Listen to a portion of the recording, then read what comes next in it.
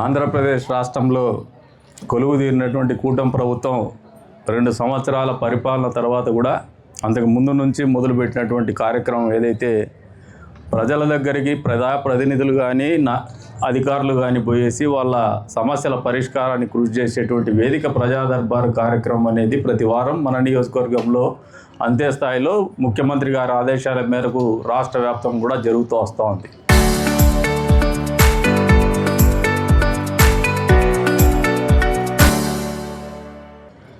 ఈ రోజున అందులో భాగంగా 24వ వార్డులో జరుగుతున్నటువంటి ఈ కార్యక్రమానికి విచ్చేసినటువంటి మన నియోజకవర్గ స్థాయి అధికారులకి, అదేవిధంగా వేదిక మీద ఉన్నటువంటి కూటమి పార్టీ కుటుంబ సభ్యులకి, వేదిక ముందున్నటువంటి పాత్రికేయ మిత్రులకి, 24వ వార్డు ప్రజలకు అందరికీ కూడా పేరు పేరున నమస్కారాలు. మామూలుగా మీరందరూ కూడా మీ కార్యక్రమంలో कहते लोग तेलुगु समझते मैं बल्लाक लोग मुसलमान आए समझते तेलुगु समझते तेलुगु समझ में आता नहीं पूरे लोग समझते तेलुगु మీ పనుల్లో చాలా బిజీగా ఉంటారు. ఇళ్ళలో మీ కుటుంబ సమస్యలు ఉంటాయి, రోజువారీ కార్యక్రమాలు, మీ పిల్లల్ని మీ ఇంటి యజమాని చూసుకునేది ఉంటుంది, వంట చేసుకునేది ఉంటుంది. మీకేమనుకుంటే ఇక్కడికి వచ్చినప్పుడు మీ సమస్యల గురించి నాయకులు వచ్చినారు, అధికారులు వచ్చినారంటే ఒక ఆశ, పేపర్ ఇచ్చేస్తేనే పనులు అయిపోతాయని.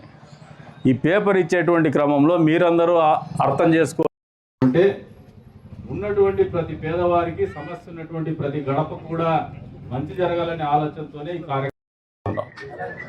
కానీ అందులో భాగంగా కొంతమంది గతంలో ఇంటి పట్టా తీసుకుంటారు, మళ్ళీ ఇంటి పట్టా కోసం అప్లై చేస్తారు.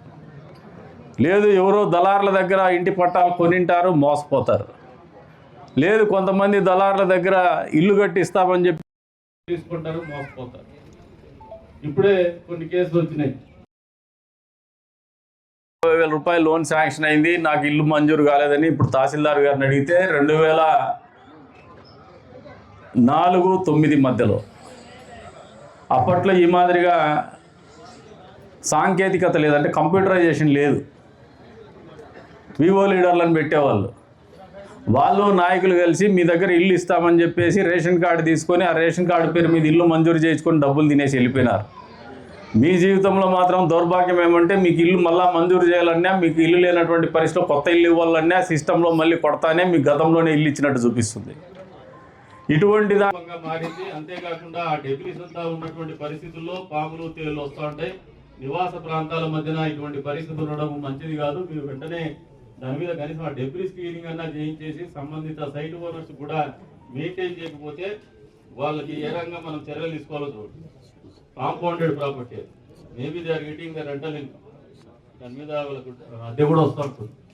దాన్ని కూడా మీరు క్లియర్ చేయమని చెప్పేసి కూడా కోరుతూ ఉన్నారు.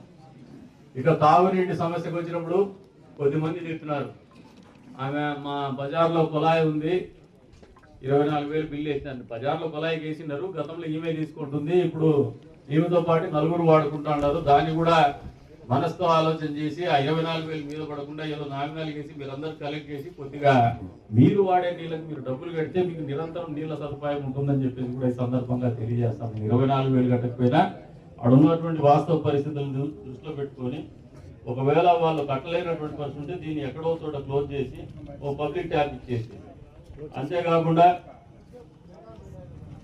వెజిటబుల్ మార్కెట్ దగ్గర ఒక బోర్ వేస్తున్నారు, ఇంకో బోర్ కూడా కావాలని ఒక డిమాండ్ వచ్చింది. ఆ 2 బోర్లు కూడా మంజూరు చేస్తున్నాం. వాటితో పాటు ఒక సిస్టర్ని కూడా ఏర్పాటు చేసి అక్కడ నీటి సదుపాయం ఏర్పాటు చేయమని చెప్పేసి కూడా కోరుతా ఉంటాం. ఏదైతే వెజిటబుల్ మార్కెట్ ఉందో రైతు బజార్ దగ్గర మీరు నీళ్ళ సదుపాయం ఏది బోర్ వేసింది అది చేసేస్తారు, 2 బోర్లు కూడా చెప్పేసినాం. అది కాకుండా వెజిటబుల్ మార్కెట్ ఏదైతే ఉందో నిరంతరము గ్రామీణ ప్రాంతం నుంచి రైతాంగం వస్తూ ఉంటారు. అంతే స్థాయిలో కొనుగోలుదారులు, వినియోగదారులు పట్టణ ప్రాంతం నుంచి కూడా వస్తూ ఉంటారు. ఎవరైనా రైతులు వచ్చినప్పుడు లేదంటే వినియోగదారుడు వచ్చినప్పుడు అక్కడ గతంలో నేనే ఒకసారి 2 బాత్రూమ్లు కట్టించినాను, మళ్ళీ ఈ రోజున ఆ బాత్రూమ్లు మెయింటైన్ చేస్తున్నటువంటి పరిస్థితులు లేదు. మున్సిపాలిటీ దీనికి తగిన చర్యలు తీసుకోవాలా. కమిషనర్ గారికి కూడా ఆదేశాలు ఇస్తున్నాం. ఆ 2 బాత్రూమ్లు కూడా రెనోవేట్ చేసి వాటర్ ఫెసిలిటీ కూడా పెట్టి దీంట్లో వెజిటబుల్ మార్కెట్ లో ఒక ఆర్ఓ ప్లాంట్ కూడా ప్రజల సౌకర్యార్థం ఏర్పాటు చేయమని చెప్పేసి కూడా తెలియజేస్తాము. ఖచ్చితంగా అమలు చేసి తీర్తామని చెప్పేసి కూడా ఈ సందర్భంగా తెలియజేస్తాం. అంతేకాకుండా ఏదైతే షాలిమార్ ఫంక్షన్ హాల్ రోడ్డు, ఆ రోడ్డు నేను గతంలో కూడా చెప్పినాను, మా వాళ్ళు ఇంకా టెండర్ అయిపోయి బిల్స్ అయ్యే పరిస్థితి వస్తే చేసేటట్లేరు, ఏమని చెప్తాను, బిల్స్ అయిపోతాయి మీరు చేసేసేయండి రోడ్డు, దాన్ని అడిగే పరిస్థితి లేదు. ఇక బజార్లో కూడా చిన్న చిన్న రోడ్లని కూడా 15th ఫైనాన్స్ లో క్లోజ్ చేస్తున్నాము.